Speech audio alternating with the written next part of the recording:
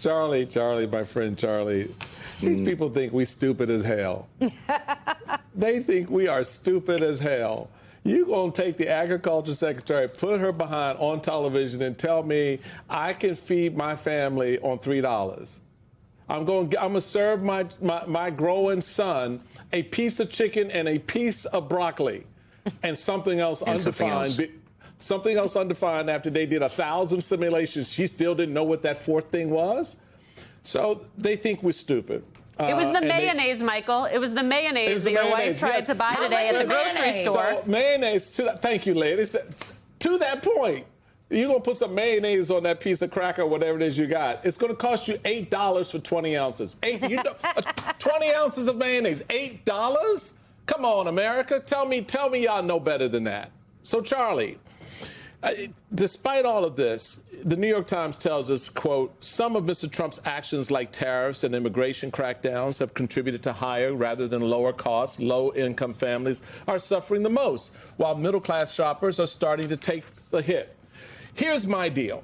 A lot of what's driving a lot of the policies right now, from immigration to feeding kids, is this Stephen Miller concept that this is going to hurt black and brown people more than it's going to hurt others. Well, as I last checked, there are white middle class, there are poor whites, right? And so they're getting hit by these policies too. And that, sir, is being reflected in the numbers that we're seeing regarding how this economy is being handled by this administration and how policies like this go down. So what's wrong with the Republicans that they don't get this 8 months out from what will be a seminal election that will determine the direction of this country through, I believe, the early 30s. So what do you think is going on that they can't see, that you can't feed a family on $3? Well, this was one of the saddest bits of spin that I've seen in a long time, and I'm glad that you brought this up because it feels like kind of a palate cleanser after your last segment about the Insurrection Act. But let's put this in some context. This is an extension of kind of the Marie Antoinette approach the administration has taken to these issues. This is an administration. Didn't Donald Trump say that your kids only need $2, 2 pencils, and now a piece of chicken, a piece of broccoli, and something else? Oh, happy days are here again if you get those things. This is supposed to be the golden age, and this is coming from, as Neera mentioned, this is coming from a guy who's building himself a $400 million ballroom. So what I see here is just the absolute tone deafness. And we've seen this from the agriculture secretary before. Do you remember when people were concerned about the price of eggs, she actually came out and suggested, well, maybe people ought to raise chickens in their backyard. These are folks who She did do that. She's a gaslighter. Okay.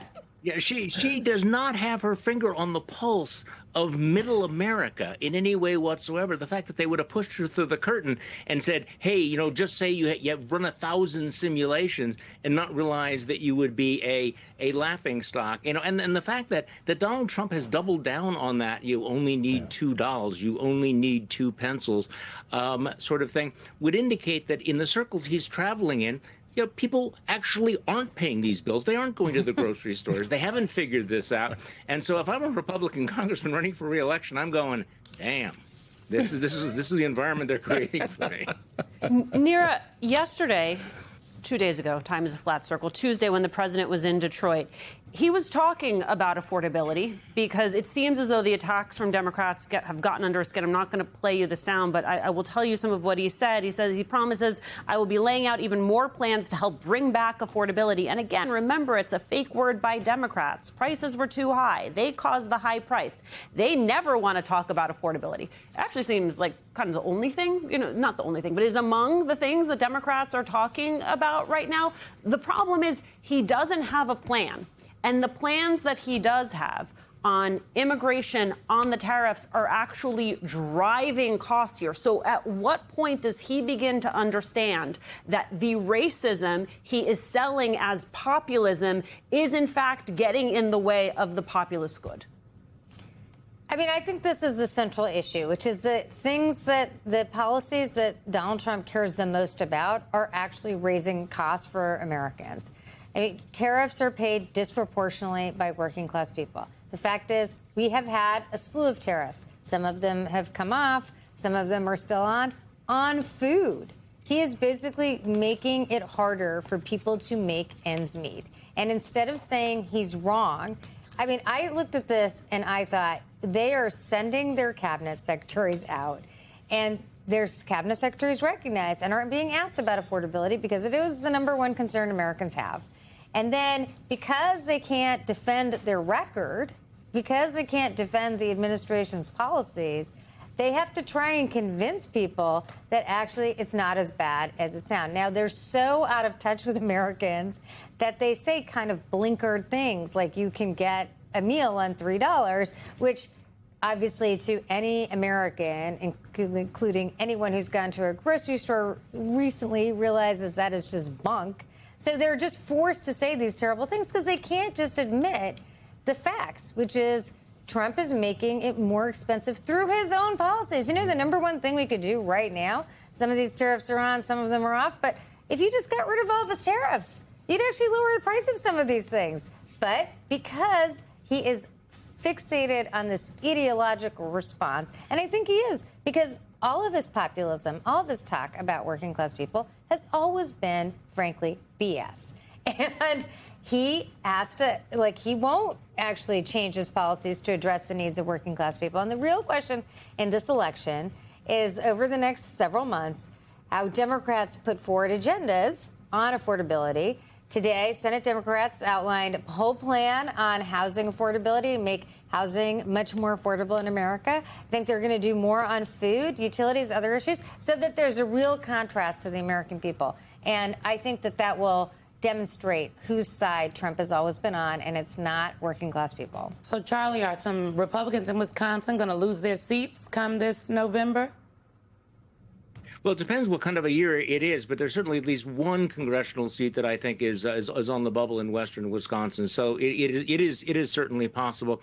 And again, Donald Trump is creating this particular environment where you have the split screen of the gold, the gild, the billionaires and everything, and then stories about the piece of chicken and the broccoli.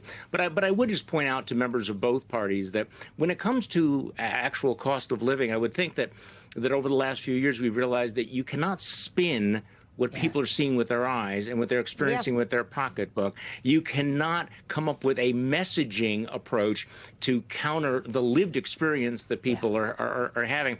And Donald Trump, my sense is that right now Donald Trump is sitting around at dinner at Mar-a-Lago, and anyone at the dinner table that comes up with an idea like 50-year mortgages or let's do something about credit cards or something, they just and he's throwing them up against the wall because Donald Trump really has no core beliefs. He's making this up as he goes along, and he doesn't really understand at a visceral level or even a basic level how those policies are impacting middle-class, working-class people who are going to the grocery store and seeing this. And there's no whiteboards, no presentation, no modeling that's going to change that fundamental reality.